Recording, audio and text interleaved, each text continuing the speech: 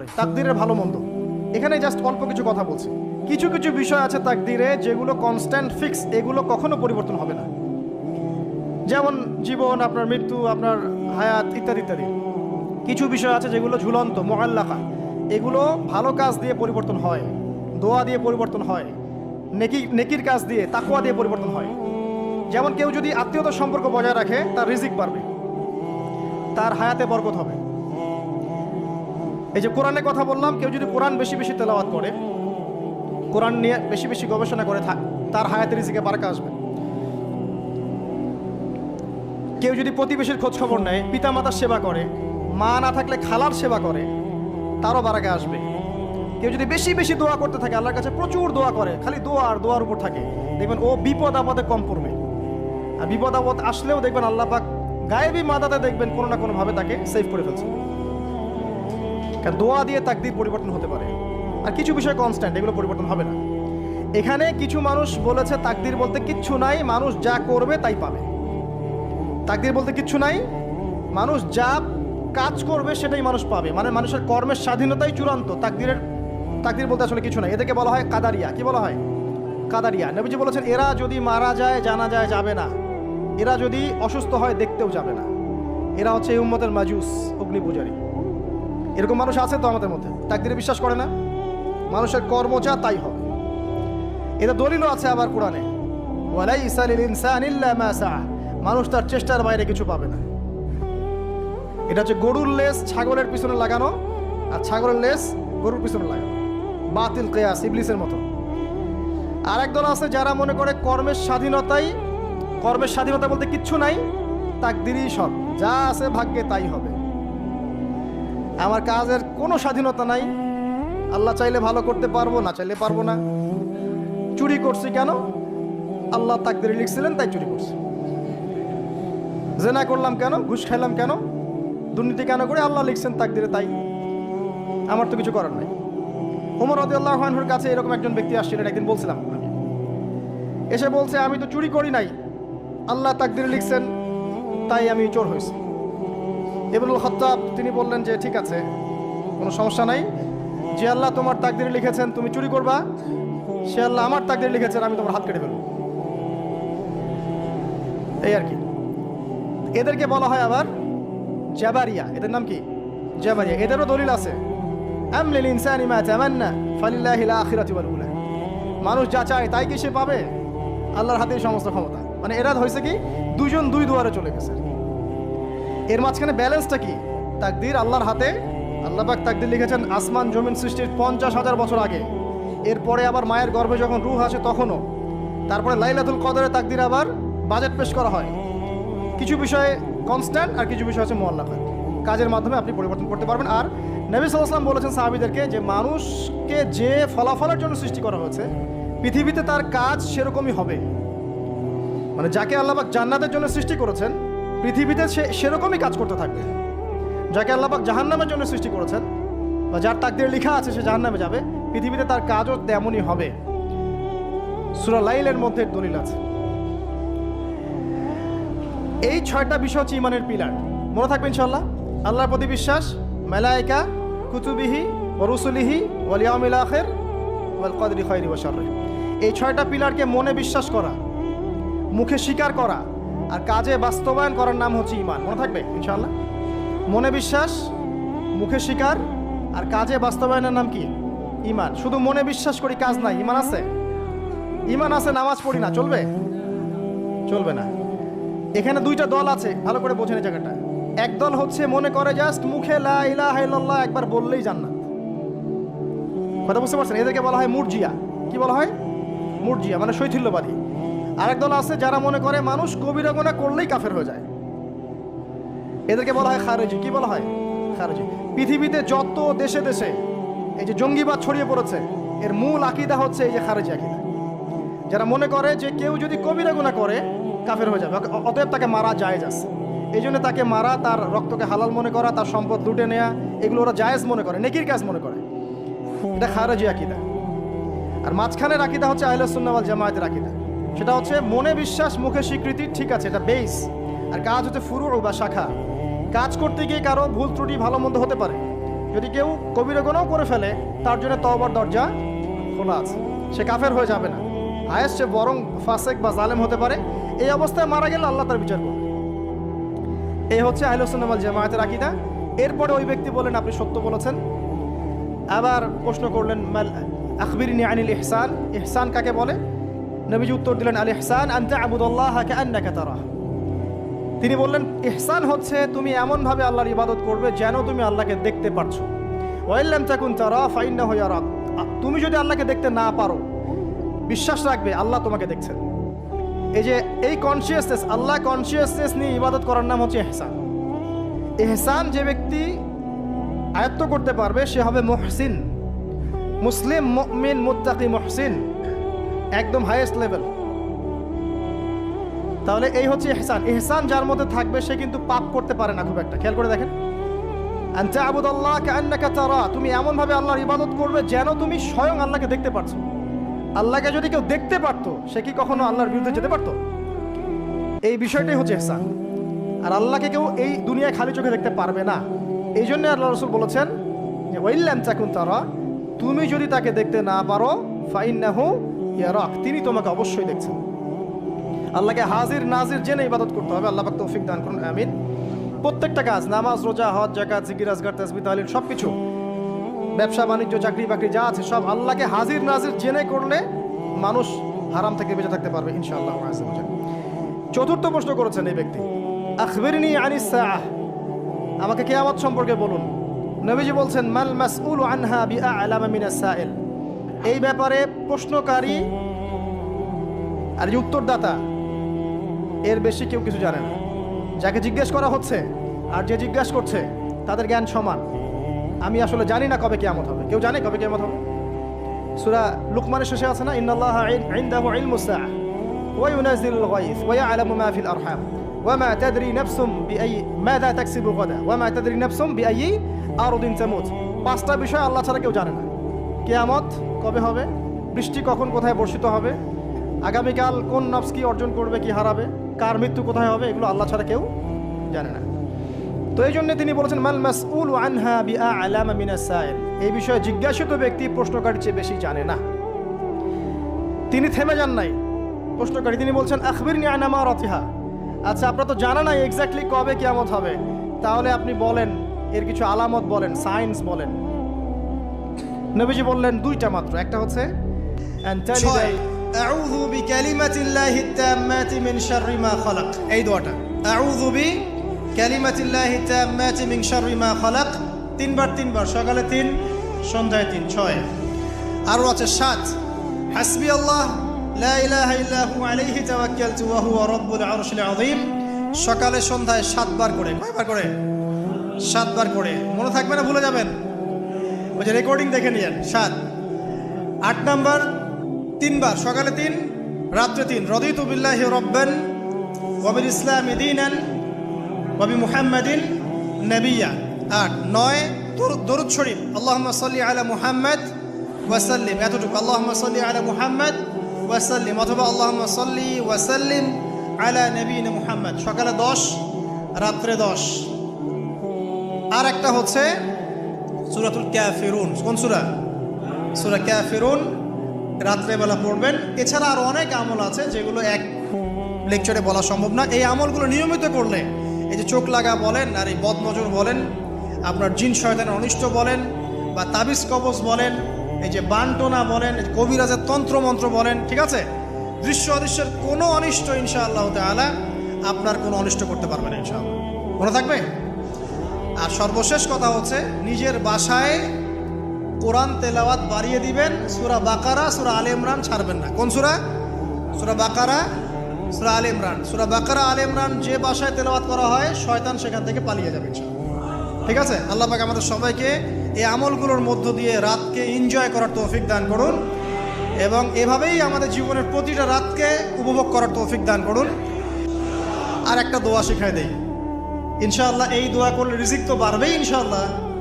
আপনার যত ঋণ আছে ইনশাআল্লাহ আল্লাহ পাক শোধ করে দিবেন। বিশ্বাস করলেন না? এই দোয়া শিখাই দিচ্ছি, এজন্য আমাকে হাদিয়া দেওয়া দরকার, স্পেশালি আমাকে এখন হাদিয়া দেওয়া দরকার। এটা গুরুত্বপূর্ণ দোয়া শিখাই দিচ্ছি। আলী রাদিয়াল্লাহু আনহু বলেছেন, কোনো ব্যক্তির যদি পাহাড়ের সমানও ঋণ থাকে, এই দোয়া যদি আমল করে, আল্লাহ পাক ওই ঋণও শোধ করে দিবেন ইনশাআল্লাহ। আর ঋণ কেমন জানেন? ওই যে এখন মানুষ ঋণ নিচ্ছে 1 কোটি টাকা ব্যাংক থেকে, 2 কোটি টাকা ব্যাংক থেকে, হ্যাঁ, কত বছর, 10 বছরের জন্য, 20 বছরের জন্য বাড়ি করছে, তাই না? তার ধারণা এমন যে সে মারা গেলে তার ঋণটা কেউ না কেউ শোধ করে দিবেই দিবে, তাই তো? আর আল্লাহর রসুল কি বলছেন দেখেন, একজন মারা গেছেন, নবী সাল্লাল্লাহু আলাইহি সাল্লামের সময় একজন মারা গেছেন। তো নবী করিম সাল্লাল্লাহু আলাইহি সাল্লাম বলছেন, এই ব্যক্তির কি কোনো ঋণ আছে? একজন সাহাবী বলেন, হ্যাঁ ইয়া রাসূলুল্লাহ, তো ঋণ আছে। নবীজি বললেন, তোমরা ওর জানাজা পড়ো, আমাকে ডেকো না। তোমরা ওর জানাজা পড়ে নাও, আমি জানাজা পড়তে চাচ্ছি না। আমি এখন কেমন করে আপনাকে বুঝাবো ঋণ কত ভয়ঙ্কর জিনিস। আপনি যে ব্যাংক থেকে 3-4 কোটি টাকা লোন নিয়ে রাখছেন, লাখ লাখ টাকা লোন নিয়ে বসে আছেন, দিব্যি সুখে বসে আছেন, এমন চিন্তায় যে আপনার মৌত হবে না। আর নবী সাল্লাল্লাহু আলাইহি ওয়াসাল্লামের সময়ে একজন মারা যাচ্ছেন, তিনি বলছেন তোমরা জানাজা পড়ে নাও, আমি জানাজা পড়তে চাচ্ছি না। মানে ঋণগ্রস্ত ব্যক্তি জানাজাও তিনি পড়তেন না। তারপরে একজন এসে বললেন, ইয়া রাসূলুল্লাহ, আমি তার ঋণ শোধ করে দিব, তার যা ঋণ আছে আমি শোধ করে দিব। তখন নবী এসে জানাজা পড়লেন সাল্লাল্লাহু আলাইহি ওয়াসাল্লাম। তো আপনার এই কোটি কোটি টাকা ঋণ শোধ করার লোক তো রেডি আছে নাকি? আছে না? সমস্যা নেই, আপনার জানাজা পড়া হবে। কারণ হুজুরকে আপনি 5,000 টাকা দিবেন, হুজুর জানাজা পড়াই দিবে, কোনো সমস্যা নেই। তারপরে আপনার মিলাদও হবে, আপনার একটা বড়সড় দোয়াও হবে ইনশাআল্লাহ। কিন্তু আল্লাহ পাক বলেছেন, শহীদ, আল্লাহর পথে যুদ্ধ করে শহীদ হয়েছে, এই ব্যক্তির আত্মাও ঝুলে থাকে যতক্ষণ পর্যন্ত না তার ঋণটা শোধ করা হয়। এবার বলেন আমি কি বুঝাবো আপনাকে? আর কিছু বলতে হবে? তো এখন সেই দোয়া শিখাচ্ছি আপনাদেরকে, যে দোয়া শিখলে আপনারা ঋণ থেকে বাঁচবেন ইনশাআল্লাহ। কত দিবেন বলেন? আচ্ছা, হ্যাঁ, এই তো শুকরিয়া। দোয়া করবেন যেন আল্লাহ পাকের দিনটাকে আল্লাহর জমিনে প্রতিষ্ঠা করতে পারে। আমার সাথে বলেন, দোয়াটা হচ্ছে, আল্লাহুম্মা ইকফিনি বিহালালিকা আন হারামিকা ওয়া আগনিনি বিফদলিকা আম্মান সিওয়াকা। এই দোয়াটা ছোট না, এটা মুখস্থ করবেন, সেজদায় পড়বেন, নামাজের সেজদায় পড়বেন, আত্তাহিয়াতু দরুদ শেষ তারপরে পড়বেন, নামাজ শেষে হাত তুলে করবেন, যখন তখন শেষ রাতটা করবেন। ইনশাআল্লাহ দেখবেন আপনার ঋণ বলতে কিছু থাকবে না ইনশাআল্লাহ। যদি থাকেও, বড় কোনো ঋণ থাকেও, আল্লাহ পাক অন্য কোনো মাধ্যমে এটা শোধ করার ব্যবস্থা করে দিবেন ইনশাআল্লাহ। ইনশাআল্লাহ। এটা কোন সূরা? ইযা ওয়াকাআতিল ওয়াকিয়া, এই সূরাটা যে ব্যক্তি রাতের বেলা পড়বে, একটা বর্ণনা এসেছে যে দারিদ্রতা আপনাকে স্পর্শ করবে না ইনশাআল্লাহ। এই যে সুদ খাচ্ছে কি জন্যে? টাকার জন্য তো নাকি? টাকা পয়সা ধন দৌলত করবেন, এই তো আপনার উদ্দেশ্য নাকি? এই জন্যই তো মায়ের সাথে জানা করছেন, তাই তো? আল্লাহ বলছেন সূরা ওয়াকিয়া পড়েন, আপনার দারিদ্রতা দূর হয়ে যাবে ইনশাআল্লাহ। বিশ্বাস হচ্ছে না? রিজিক কার হাতে? না, রিজিক তো আমাদের হাতে। এটা মানুষ বিশ্বাস করে না আসলে, এটা মুখে বলে, মানুষ মুখে বলে রিজিক আল্লাহর হাতে। মানুষ যদি বিশ্বাস করতো রিজিক আল্লাহর হাতে, তাহলে মানুষ কেমন করে সুদ খাবে? ও মনে করছে রিজিক আমার হাতে, আমি যদি খাই সুদ তাহলে আমি গেইন করব, যদি না খাই তাহলে আমি দারিদ্রতায় ভুগবো নাকি? যদি আমি ঘুষ নেই তাহলে আমার উন্নতি হবে অর্থনৈতিক, যদি না নেই তাহলে আমি মরে যাব, না খেয়ে মরে যাব। যদি আমি দুর্নীতি করি তাহলে আমি বাঁচবো, আমার সন্তানরা ভালো থাকবে, যদি না করি আমি দারিদ্রতায় মরে যাব, তাই তো? এই কনসেপ্ট ছাড়া কেউ একটা কাজ এমনি করতে পারে নাকি? নিঃসন্দেহে আমরা মনে করি যে রিজিকের মালিক আমরা, আল্লাহ নয়। শুধু মুখের মধ্যে বলি যে রিজিকের মালিক আল্লাহ। রিজিকের মালিক যদি আল্লাহ হতো তাহলে আমি হালাল পথে থাকতাম এবং তাওয়াক্কুল করতাম যে আল্লাহ আমাকে যা রিজিক দিয়েছেন তা তো আসবেই, আসবে না? আসবেই। আমাকে, আপনাকে যদি আল্লাহ পাক, কি বলবো, এটা কোন জেলা? লালমনিরহাট।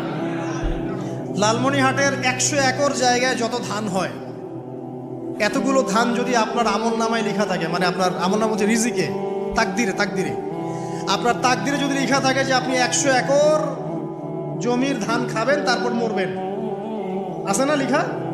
আচ্ছা, একটা দানা কম বেশি হবে? আপনি যদি আল্লাহর প্রতি তাওয়াক্কুলই করেন তাহলে আপনি আল্লাহর পথে থাকবেন, বিশ্বাস করবেন যে আল্লাহ পাক যেটা লিখে রাখছে আমার তাকদিরে রিজিক, এর একটা দানা রেখেও আমি পৃথিবী থেকে যাব না, সিম্পল। তখন আপনার অন্য পথে যাওয়ার কোনো কারণ নাই। আর যখন আপনি বিশ্বাস করবেন না, না এটা আমার হাতে, আমি যত পরিশ্রম করব তত রিজিক বাড়বে, আমি যত ঘুষ নিব তত বাড়বে, যত সুদ খাবো তত বাড়বে, যত দুর্নীতি করবো তত বাড়বে, তখন তো রিজিকের এই পুরো দায়িত্বটা আল্লাহ পাক আপনার হাতে ছেড়ে দিবেন। আল্লাহ পাক আপনাকে কোনো বারাকা দিবেন না। ইয়ামহাকুল্লাহু রিবা ওয়া ইউরবিস সাদাকা, সদকা করলে সম্পদ বৃদ্ধি পায়, আর রিবার মধ্য দিয়ে সম্পদ ধ্বংস হয়ে যায়, একদম মাটিতে মিশে যায়। কীভাবে ধ্বংস হয় সেটা এখন আলোচনা করার সুযোগ নাই, সময় নাই। আমি ইনশাল্লাহ আরেকদিন শুধু রিবা নিয়ে আলাদা আলোচনা করবো ইনশাল্লাহ। এটা সমাজের নিচু লেভেল থেকে উঁচু পর্যন্ত দরিদ্র মানুষদেরকে আরো দরিদ্র করবে, আর ধনীদেরকে আরো ধনী করবে। সম্পদ এক শ্রেণীর মানুষের হাতে গিয়ে জমা হয়ে যাবে, সবার হাতে সম্পদ এভাবে সার্কুলেট করতে থাকবে না। আর যখন আপনি জাকাত ভিত্তিক অর্থনীতি চালু করবেন, সদকা করবেন, হালালে থাকবেন, ব্যবসা করবেন, তখন সম্পদ এক হাত থেকে আরেক হাতে ঘুরতে থাকবে। এটা এমনি বুঝবেন না, ইনশাল্লাহ আরেকদিন বুঝাবো। আসেন, যে দারিদ্রতা দূর করতে চান, সচ্ছলতা চান, কয়েকটা কাজ করেন। এই যে বললাম, 1 নাম্বার সূরাতুল ওয়াকিয়া তেলাওয়াত করেন, 5 ওয়াক্ত নামাজ জামাতে পড়েন, ডেইলি কিছু সময়ের জন্য কোরআন তেলাওয়াত করেন, আর আল্লাহর কাছে রিজিক চান, জিকির বেশি বাড়ায় দেন। পারবেন না ইনশাল্লাহ? তো রাত সংক্রান্ত নবী সাল্লাল্লাহু আলাইহি ওয়াসাল্লামের বেশ কিছু আমল আছে। এই আমলগুলো আল্লাহ পাক আমাদের সবাইকে করার তৌফিক দান করুন, আমিন। তার মধ্যে প্রথম আমলটা হচ্ছে, সূর্য ঢলে গেলে নবী করিম সাল্লাল্লাহু আলাইহি ওয়াসাল্লাম মাগরিবের সালাত আদায় করতেন, এবং সালাত আদায় করার পর নবী সাল্লাল্লাহু আলাইহি ওয়াসাল্লাম পুরো রাতের জন্য কিছু ইবাদত করতেন। তার মধ্যে অন্যতম হচ্ছে একবার আয়াতুল কুরসি তেলাওয়াত করা। আমাদের মধ্যে আয়াতুল কুরসি সবাই জানি তো? কোন সূরার কত নম্বর আয়াতকে আয়াতুল কুরসি বলে? সূরা বাকারার 255 নম্বর আয়াত। মাশাআল্লাহ। আয়াতুল কুরসির ব্যাপক ফজিলত আছে। যে ব্যক্তি প্রত্যেক ফরজ নামাজের পর, প্রত্যেক ফরজ সালাতের পরে যে ব্যক্তি আয়াতুল কুরসি তেলাওয়াত করবে, নবী করিম সাল্লাল্লাহু আলাইহি ওয়াসাল্লাম বলেছেন, সেই ব্যক্তির জান্নাতে যাওয়ার জন্যে শুধু এতটুকু বাধা, সেটা হলো তার মউত। তার মৃত্যু হয়ে গেলেই ইনশাআল্লাহ সে জান্নাতে চলে যাবে। রাতের বেলা ঘুমানোর সময়ও আয়াতুল কুরসি তেলাওয়াত করতে হয়। এই হাদিসের রাবি হচ্ছেন আবু হুরায়রা রাদিয়াল্লাহু তাআলা আনহু, যাকে নবী সাল্লাল্লাহু আলাইহি ওয়াসাল্লাম গনিমতের মাল পাহারা দেওয়ার দায়িত্ব দিয়েছিলেন।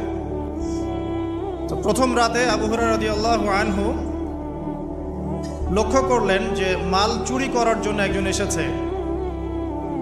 তিনি চোরকে ধরলেন। চোর খুব অনুনয় বিনয় করলো যে আমার অবস্থা খুব খারাপ, খুব দরিদ্র, আমাকে ছেড়ে দাও। আবু হুরায়রা রাদিয়াল্লাহু আনহু তাকে ছেড়ে দিলেন। পরের রাতে সেই চোর আরও একবার আসলো, তিনি আবার তাকে ধরলেন, আবারও ছেড়ে দিলেন। তৃতীয় রাতে তিনি তাকে ধরলেন এবং বললেন, এবার তোমাকে আমি ছাড়ব না। তখন সেই ব্যক্তি, বিখ্যাত সাহাবী আবু হুরায়রা রাদিয়াল্লাহু আনহুকে বলছেন যে আমি তোমাকে বিশেষ একটা আমল শিখিয়ে দিব, যে আমলটা করলে পরে রাতের বেলা শয়তান তোমার নিকটবর্তী হবে না। তো আবু হুরায়রা রাদিয়াল্লাহু আনহু বলছেন, কি সেই আমল, শিখিয়ে দাও, যদি শিখিয়ে দাও তাহলে ছেড়ে দিব তোমাকে। তখন সেই ব্যক্তি বলছে যে রাতের বেলা কেউ যদি আয়াতুল কুরসি তেলাওয়াত করে ঘুমানোর সময়, সেই ব্যক্তির ধার কাছেও শয়তান আসবে না ইনশাআল্লাহ, এবং আল্লাহ পাকের পক্ষ থেকে একজন ফেরেশতা তাকে পাহারা দিবে ইনশাআল্লাহ। তো রাসূলুল্লাহ সাল্লাল্লাহু আলাইহি ওয়াসাল্লাম পরের দিন ফজরের নামাজে আবু হুরায়রা রাদিয়াল্লাহু আনহুকে দেখে মুচকি মুচকি হাসছেন যে তোমার রাতের সাথীর কি খবর। কারণ ওহীর মাধ্যমে নবী সাল্লাল্লাহু আলাইহি ওয়াসাল্লাম আগেই জেনেছেন কি হয়েছে গত রাতে। এটাই আল্লাহ পাকের ওয়াহি, যেটা কোনো বিজ্ঞান যুক্তি দর্শনের ব্যাখ্যায় আসবে না। আসবে না। তো আবু হুরায়রা রাদিয়াল্লাহু আনহু বলছেন যে আমি তো ইয়া রাসূলুল্লাহ তাকে ছেড়ে দিয়েছিলাম, পরে আবার এসেছে, আবার ধরেছি, আবার ছেড়ে দিয়েছি, আবার এসেছে। এবার ছাড়বো না পণ করেছিলাম, কিন্তু এবার সে আমাকে একটা আমল শিখিয়ে দিয়েছিল, তো এই আমল শেখানোর বদৌলতে আমি ওকে ছেড়ে দিয়েছি। কি আমল? রাতের বেলা আয়াতুল কুরসি তেলাওয়াত করলে শয়তান নিকটবর্তী হবে না, এবং রাতের বেলা একজন ফেরেশতা আল্লাহর পক্ষ থেকে ওই ব্যক্তিকে পাহারা দিবে ইনশাআল্লাহ। তো রাসূলুল্লাহ সাল্লাল্লাহু আলাইহি ওয়াসাল্লাম বলছেন এই কথা শুনে যে তোমার কাছে এসেছিল সে হচ্ছে ইবলিস, শয়তান। সে যতগুলো কথা বলে তার বেশিরভাগ কথাই সে মিথ্যা বলে, তবে এই কথাটা সে সত্য বলেছে। তার মানে আয়াতুল কুরসির ফজিলত কে জানিয়ে দিল? তাহলে জ্ঞান যদি সত্য হয়, জ্ঞানটা যদি সত্য হয়, মানে আল্লাহ এবং তার রাসূলের দলিল থাকে সেখানে, তো সেই সত্য জ্ঞানটা নেয়ার ব্যাপারে কোনো প্রতিবন্ধকতা থাকবে? থাকবে না। যে কোনো ব্যক্তি এমন কোনো কথা বলুক যেটা কোরআন এবং সুন্নাহর সাথে মিলে গেছে, এই কথা নিতে কি কোনো আপত্তি আছে? নাই। আর যে কোনো ব্যক্তি যত বড় আলেম হোক আর স্কলার হোক আর বুদ্ধিজীবী হোক না কেন, তার কথা যদি কোরআন সুন্নাহর সাথে না মেলে সেই কথাকে আমরা গ্রহণ করব? এই সহজ কথাটা মেনে নিলে কিন্তু মুসলিমদের মাঝে কোনো ইখতিলাফ থাকে না। তারপরেও হয়তো কিছু মতপার্থক্য থাকবে, সেটা ইসলামের সৌন্দর্য, সেটা ইসলামের সৌন্দর্য। যেমন আপনি ফজরের আগে বেতরের নামাজ পড়ছেন, তাহাজ্জুদের নামাজ পড়ে বেতরের নামাজ পড়ছেন, তারপরে 2 রাকাত সুন্নত পড়ছেন, তারপরে ফরজ পড়ছেন, ঠিক আছে? এই আমলটা নবী সাল্লাল্লাহু আলাইহি ওয়াসাল্লাম কর্তৃক স্বীকৃত এবং সুন্নাহ। এখন কেউ যদি ঘুমানোর আগেই বেতের নামাজ পড়ে ফেলে, ঘুমানোর আগেই সে বেতের নামাজ পড়ে ফেলে, শেষ রাত্রে যদি নফল নামাজ পড়ার সুযোগ হয় পড়লো, পরে সুন্নত পড়ে ফজরের 2 রাকাত ফরজ পড়লো, তার আমল কি বাতিল? তো বেতরের নামাজ ঘুমানোর আগে পড়লেও চলে, শেষ রাত্রে পড়লেও চলে। ইসলামের এটা সৌন্দর্য না? সৌন্দর্য। মনে করেন যে আপনি জোহরের আগে, ফরজ নামাজের আগে 4 রাকাত সুন্নত পড়লেন, পড়েন না? আচ্ছা, এটা হাদিস থেকে প্রমাণিত তো? আচ্ছা, কেউ যদি 2 রাকাত সুন্নত পড়ে হবে না? হবে না? এটার হাদিস নাই? আছে। তাহলে এটা সৌন্দর্য না? এটা সৌন্দর্য। কখন এটা আমল করলেন, কখন ওইটা আমল করলেন। আচ্ছা, এরকম বলতে গেলে রাত শেষ হয়ে যাবে আসলে। মানে অসংখ্য আমল আছে যেগুলো ইসলামের সৌন্দর্য। রাসূলুল্লাহ সাল্লাল্লাহু আলাইহি ওয়াসাল্লাম সাহাবায়ে কেরামের যুগে এভাবেই সাহাবীরা আমল করেছে। আর এখন কি হয়েছে, আমরা যে হাতির 7 কানার হাতি দেখার গল্প আছে না? কেউ বলেছে হাতি হচ্ছে খাম্বার মতো, কেউ বলেছে কুলার মতো। আসলে পুরো হাতি সম্পর্কে এদের কারোই ধারণা ছিল না। আমাদের সমস্যা হচ্ছে আমরা ইসলামের অংশ বিশেষকে ফলো করি, এর বাইরে কিছু পেলে আমরা মনে করি সেটা আর ইসলামে নাই। তাই হয় না? আমি যতটুকু জানি বুঝি এতটুকু আমল করি, এর বাইরে যদি কোনো দলিল থাকেও সেটা মানার ব্যাপারে আমাদের আগ্রহ থাকে না। তখনই কিন্তু ইসলামকে নিয়ে আমরা এই যে দলীয়করণে চলে যাই, আর আস্তে আস্তে মুসলিম উম্মার ঐক্যটা নষ্ট হয়। ঐক্য নষ্ট হতে হতে আজকে কি অবস্থাটা দেখতেই পাচ্ছেন। তো আগে ওই জায়গাটা শেষ করি। নবী করিম সাল্লাল্লাহু আলাইহি ওয়াসাল্লাম রাতের বেলা এই আমলটা করতেন। কি করতেন? আয়াতুল কুরসি তেলাওয়াত করতেন। আরেকটা গুরুত্বপূর্ণ আমল, সেটা হচ্ছে সূরা বাকারার শেষের 3টা আয়াত তেলাওয়াত করতেন। কয়টা আয়াত? কোন কোন হাদিসে আছে 2টা আয়াত। এই যে 3টা আয়াত কোন হাদিসে, আবার কোন হাদিসে 2টা আয়াত। কেউ যদি 2টা পড়ে তার আমল কি বাতিল হবে? আর যদি কেউ 3টা পড়ে আরো ভালো, উত্তম। ঠিক আছে, তো শেষের 3টা আয়াত হচ্ছে লিল্লাহি মা ফিস সামাওয়াতি, এখান থেকে নিয়ে ফানসুরনা আলাল কওমিল কাফিরিন পর্যন্ত। নবী সাল্লাল্লাহু আলাইহি ওয়াসাল্লাম বলেছেন রাতের বেলা কেউ যদি এই আমলটুকু করে, শুধু এতটুকুই পড়ে, সূরা বাকারার শেষের 3টা আয়াত বা 2টো আয়াত, সারা রাতের জন্য যথেষ্ট হয়ে যাবে ইনশাআল্লাহ।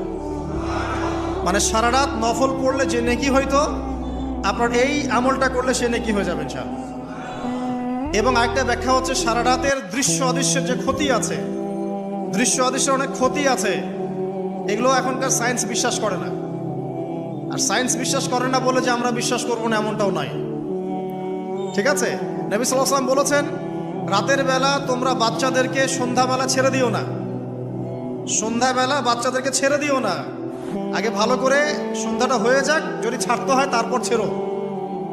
তারপর রাতের রাত যখন গভীর হবে তখন তোমরা এলোপাথালি ঘোরাফেরা করো না, রাস্তাঘাটে বনে জঙ্গলে ঘোরাফেরা করো না, কারণ এই সময় এমন কিছু মাখলুককে আল্লাহ পাক ছেড়ে দেন যাদেরকে তোমরা দেখো না। এখন বিজ্ঞান যেটা প্রমাণ করতে পারে নাই, এটা কি বিজ্ঞানের ব্যর্থতা না ইসলামের ব্যর্থতা? যদি বৈজ্ঞানিকভাবে আপনি প্রমাণ করতে না পারেন তাহলে সেটার কোনো অস্তিত্ব নাই। এই কথাটাকে ডাহা মিথ্যা কথা। যদি মুমিন হতে চান তাহলে এই কথার উপরে এসে ইসলাম কবুল করতে হবে। যদি মুমিন মুসলিম হতে চান এই কনসেপ্টটার ঊর্ধ্বে এসে ইসলাম কবুল করতে হবে। আল্লাহ রব্বুল আলামিন এবং তার রাসূল যা বলেছেন সেটাই চূড়ান্ত সত্য, সেটা আমরা প্রমাণ করতে পারি বা না পারি, এটাকে অন্ধভাবেই বিশ্বাস করতে হবে। এটাই হচ্ছে একটা মৌলবাদী কনসেপ্ট। আর এভাবে ইসলামের মৌলিক বিষয়গুলোকে না মানলে কেউ মুসলিমই হবে না। কথা কি বুঝতে পারছেন? আচ্ছা, তিনি বলছেন রাতের বেলা এমন কিছু মাখলুক বের হয় যাদেরকে তোমরা দেখো না। দুষ্ট জিন বের হয়। কি বের হয়? জিন জাতি নাই পৃথিবীতে? আল্লাহ পাক সূরা জিন নামে একটা গোটা সূরা নাজিল করেছেন, করেন নাই? হাফেজ আছে না এখানে মানুষ? কুলু হিয়া ইলাইয়া আন্নাহু ইসতামা নাফারুম মিনাল জিন্নি ওয়া ক্বালু ইন্না সামি'না কুরআনান আজাবা। জিনদের একটা দল কোরআন শুনে বলেছিল যে আমরা অদ্ভুত আজব একটা কোরআন শুনেছি। তারপর তারা গিয়ে তাদের কওমের কাছে ইসলামের দাওয়াত দেয়, ওই কওম ইসলাম কবুল করে। এটা নবী সাল্লাল্লাহু আলাইহি ওয়াসাল্লামের জীবনের সেই সময়কে ঘটনা যখন নবীজি তায়েফ থেকে ফিরে আসছেন। তায়েফবাসী তাকে অত্যাচার করলো, তিনি নাখলা উপত্যকায় এসে নামাজ পড়ছেন, ওই নামাজের কেরাত শুনে জিনরা ইসলাম কবুল করেছে। তো সূরা জিনে আল্লাহ পাক এই কথা নাজিল করেছেন। তো আল্লাহ পাক যে বলছেন জিন জাতি আছে, আল্লাহ কি মিথ্যা কথা বলছেন? নাকি নাসা যখন বলে এলিয়েন আছে তখন ওইটা সত্য, আর আল্লাহ বলছেন জিন জাতি আছে এটা মিথ্যা? তা আমাদেরকে আবার নতুন করে মুসলমান হওয়া লাগবে এখন, না আমাদের কনসেপ্ট চেঞ্জ হয়ে গেছে। তো যেটা বলছিলাম প্রিয় ভাইরা, রাতের বেলা এইসব প্রাণী বের হয়, নবী সাল্লাল্লাহু আলাইহি ওয়াসাল্লাম বলেছেন অতএব আপনাদের বাচ্চা যারা আছে এদেরকে সন্ধ্যাবেলায় বাইরে ছেড়ে দিবেন না। এখন কিন্তু প্রচুর ঘটনা ঘটছে, প্রচুর জিনঘটিত ঘটনা ঘটছে, রুকিয়া করাতে হচ্ছে, জাদুটোনা করা হচ্ছে, বানটোনা করা হচ্ছে না? আর অনেক সময় আমরা মনে করি এখন সায়েন্সের যুগ তো, মানুষ মনে করে এগুলোর কোনো ভিত্তি নাই মনে হয়। কোরআন বলছে জাদু সত্য। কে বলছে? কোরআন বলছে জাদু সত্য। কোন সূরা? সূরা বাকারা আয়াত নাম্বার 101। সূরা বাকারা আয়াত নাম্বার 101, 102 পড়ে দেখেন। ওয়াত্তাবিউ মা তাতলু শায়াতিন আলা মুলকি সুলাইমান। এই আয়াতটা পড়েন, বিশাল একটা আয়াত আছে। ওয়ামা কাফারা সুলাইমান ওয়ালাকিন্না শায়াতিন কাফারু ইউআল্লিমুনা আন-নাস আস-সিহর। এই সিহর দিয়ে কি হতো? মা ইউফাররিকুনা বিহি বাইনাল মারই ওয়া যাওজি। সুলাইমান আলাইহিস সালামের সময় এই জাদুবিদ্যার প্রচলন ছড়িয়ে পড়ে। এই জাদু মানুষ শিখে কি করছিল? নারী পুরুষের মাঝখানে, স্বামী স্ত্রীর মাঝখানে বিভেদ সৃষ্টি করছিল। এখন দেখেন না, পরিবারের স্বামী স্ত্রীর বন্ধন ভেঙে যায় না? খুব ভালো সম্পর্ক, হঠাৎ করে সম্পর্ক খারাপ, কেউ কাউকে দেখতে পারে না, এমন হচ্ছে না? এই জাদুবিদ্যা সত্য। এবং এখনকার অনেক ভণ্ড যে কবিরাজগুলো বের হয়েছে, এরা জিনকে তাবে করে নিয়ে এই জিনদের মধ্য দিয়ে মানুষের মধ্যে জাদু ছড়িয়ে দিয়েছে, এবং এর ফলশ্রুতিতে বহু পরিবার ধ্বংস হয়ে যাচ্ছে। এই জাদুবিদ্যা সত্য।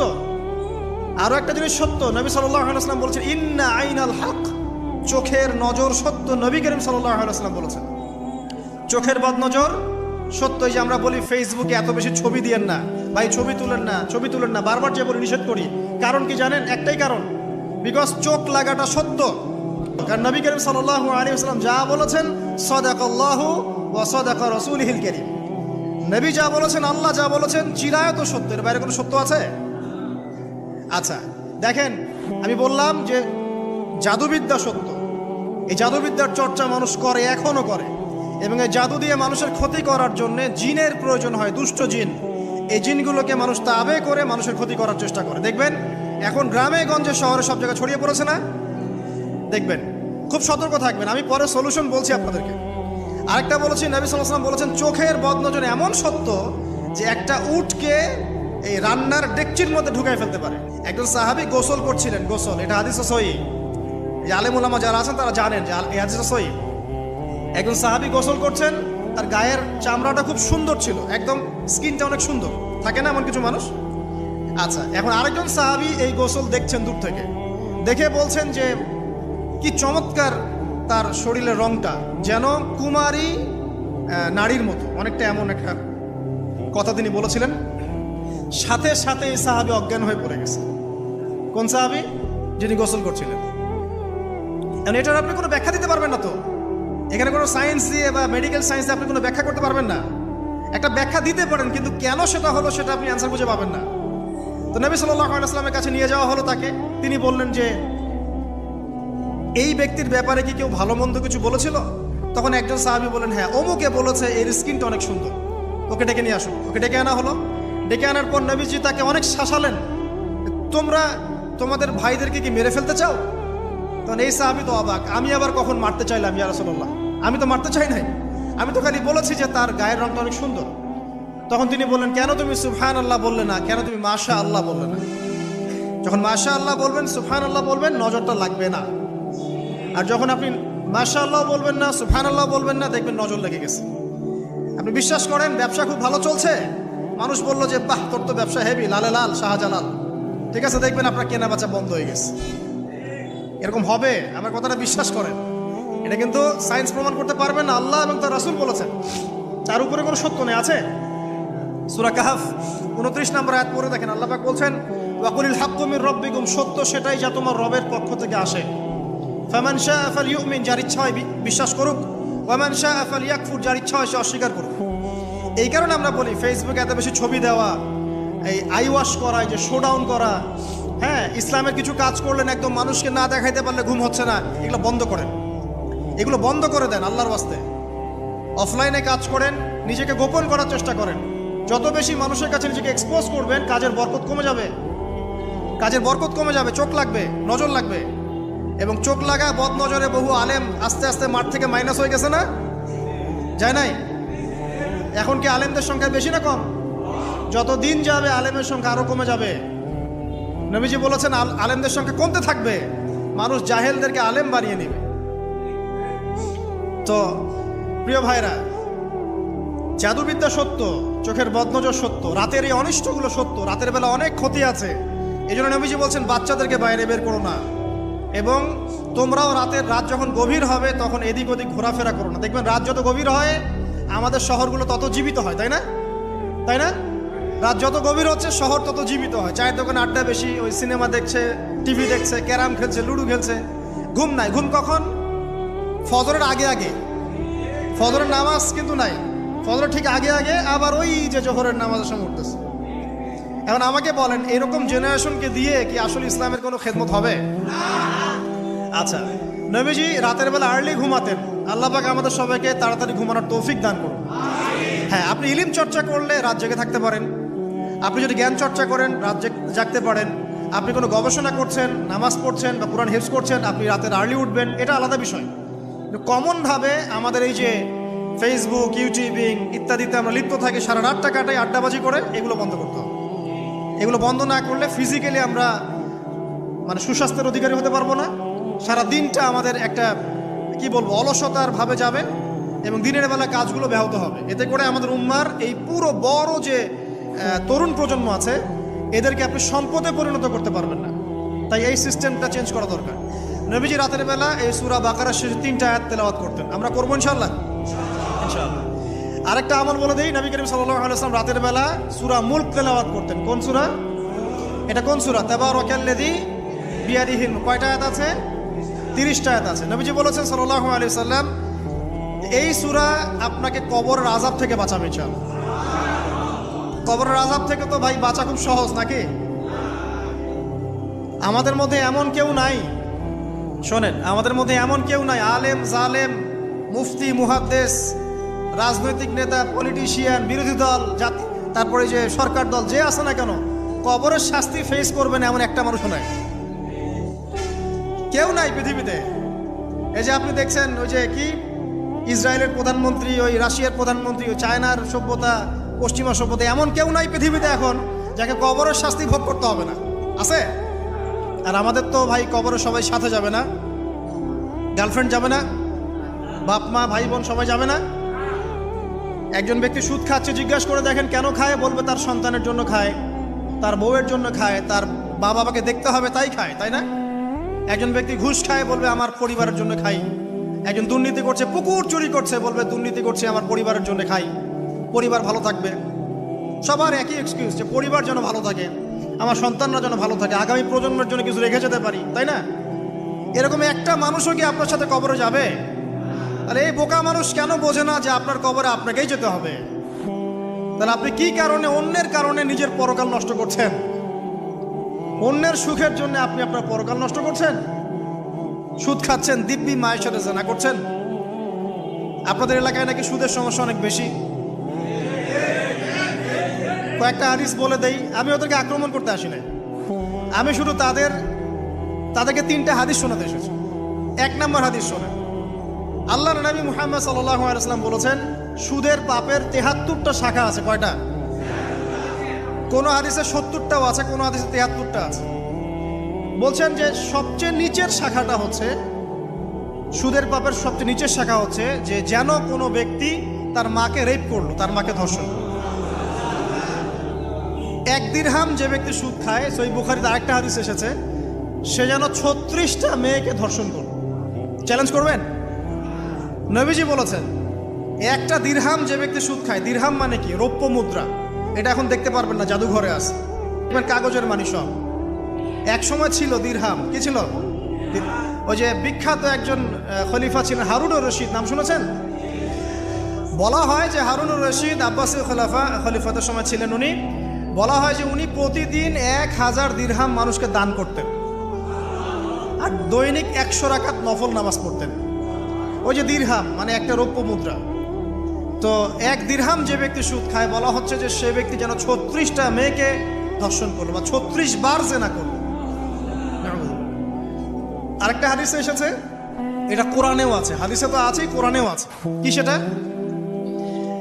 আল্লাহ পাক বলছেন, ইয়া আইয়ুহাল্লাযীনা আমানু, হে মুমিনগণ, ইত্তাকুল্লাহ, তোমরা আল্লাহকে ভয় করো। ওয়া যারু মা বাকিয়া মিনার রিবা, সুদের অবশিষ্ট যে টাকা পয়সাগুলো আছে, চক্রবৃদ্ধি হারে যে সুদ খাচ্ছ, ছেড়ে দাও। কারণ ওয়াইল্লাম তাফআলু, যদি তোমরা এটা না করো, তাহলে ফাযানু বিহারবিন মিনাল্লাহি ওয়া রাসূলিহি, তাহলে আল্লাহ এবং তার রাসূলের সাথে যুদ্ধের ঘোষণা শুনে রাখো। এই যে সুদের পাপের সবচেয়ে উঁচু শাখাটা হচ্ছে এটা।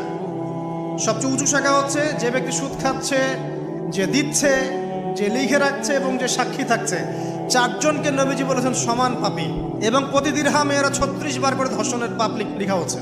এখন আমি বলি, একটা ব্যক্তি যদি আপনাদের এলাকায় পাওয়া যায়, একজন ব্যক্তি বা একজন ছেলে হোক আর মেয়ে হোক, একটা ব্যক্তি পাওয়া যায় যে ব্যক্তি নিয়মিত জেনা করে, আপনি তাকে কিভাবে ট্রিট করবেন? আপনি কি তাকে সম্মান করবেন? তাকে সালাম দিবেন? তার বাসায় গিয়ে খাবেন? সে যদি আপনাকে দাওয়াত করে খাওয়ায়, খাবেন?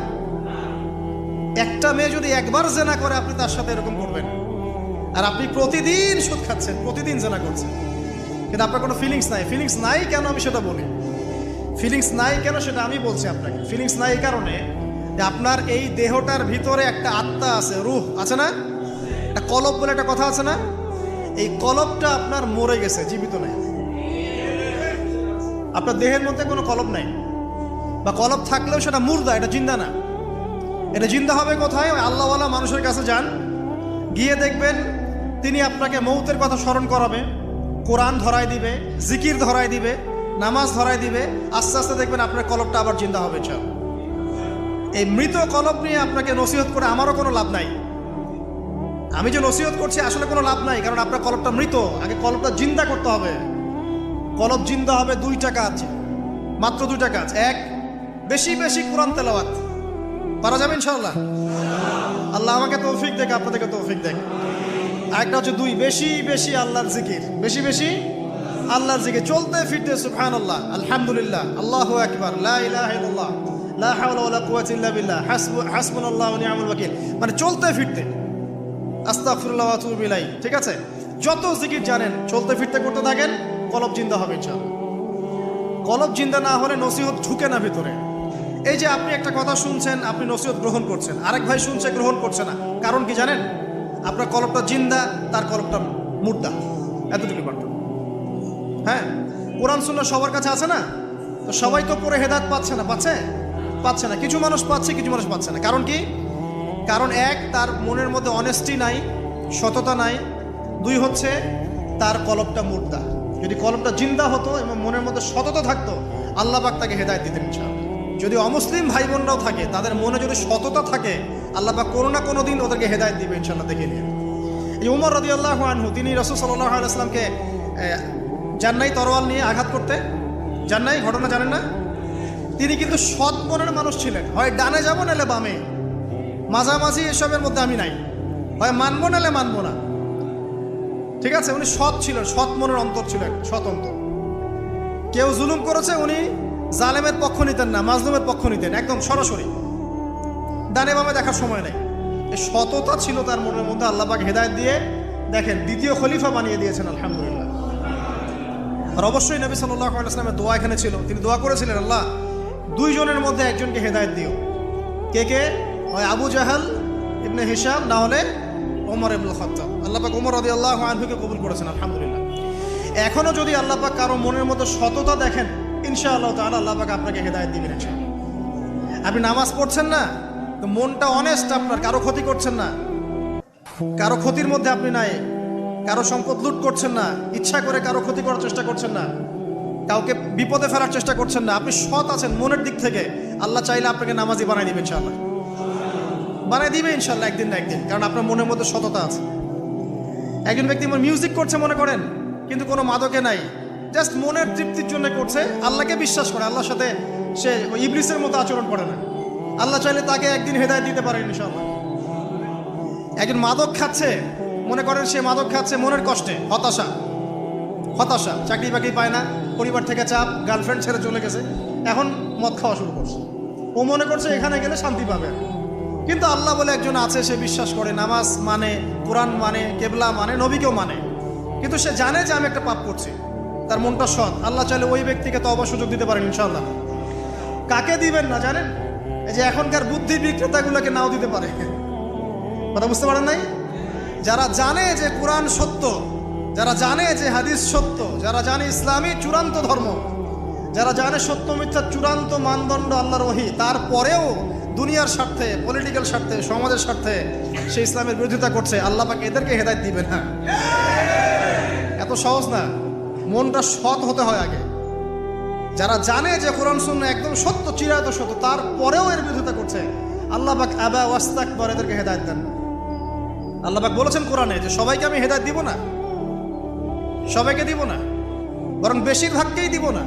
কলিলুম মিন ইবাদিয়াশ শাকুর, আমার শুকরগুজার বান্দা হবে খুবই অল্প, খুবই অল্প। আবার এই উম্মতের মধ্যে আবার ৭৩ দল, তার মধ্যে এক দল জান্নাতে যাচ্ছে, তাই না? মা আনা আলাইহি ওয়া আসহাবি, আমি যার উপরে আছি, আমার সাহাবীরা যার উপরে আছে। আল্লাহ পাক আমাদের সবাইকে একটা সৎ হৃদয়ে লালন করার তৌফিক দান করুন। যেটা জানি না হয়তো আমল করতে পারছি না, জেনেছি কোরআনে আছে, জেনেছি হাদিসে আছে, জেনেছি এটা ইসলাম, মানবো ইনশাআল্লাহ। এটা আমার বুঝে আসুক বা না আসুক, আমি বুঝে আসুক বা না আসুক। আর জানছি এটা অন্যায়, এটা অশ্লীলতা, এটা পাপাচার, এটা নাজায়েজ, কোরআন সুন্নাহর মানদণ্ডে এটা চলে না, বাস চলে না, কোরআন সুন্নাহ চলে না, আমিও মানবো না, সিম্পল। আর কোরআন সুন্নাহ চলে না, কেউ যদি জোর করে মানায়, তখন কি করব?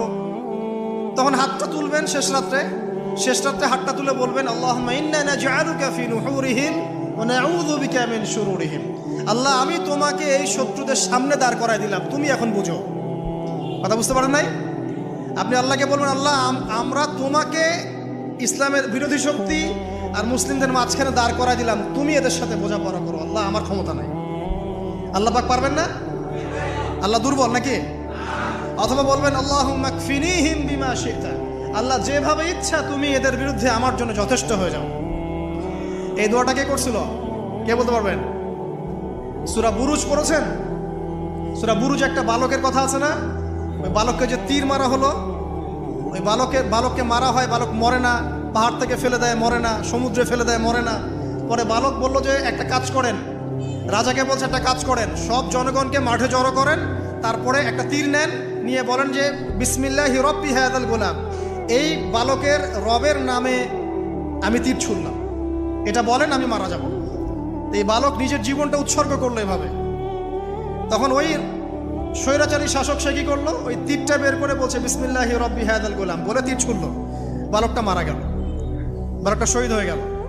এবং এই দৃশ্য দেখে সমস্ত এলাকার মানুষ বুঝলো যে আসলে এই রাজা আল্লাহ নয়, এর উপরে একজন আল্লাহ আছে, যার নামে তীর ছুড়লে সে মরছে। তখন এই সবগুলো লোক মুসলিম হয়ে যায়। তারপর ওই রাজা কি করেছে? এই সবাইকে আগুনে ফেলে দিয়েছিল। পড়ে দেখেন, তাফসীর ইবনে কাসির পড়েন, জালালাইল পড়েন, এই যে মারিফুল কোরআন পড়েন। মারিফুল কোরআন নাই বাসায়? মারিফুল কোরআন পড়েন। ওখানে দেখেন সবাইকে আগুনে ফেলে দিয়েছে, শেষমেশ একজন মা আর তার কোলে একটা বাচ্চা।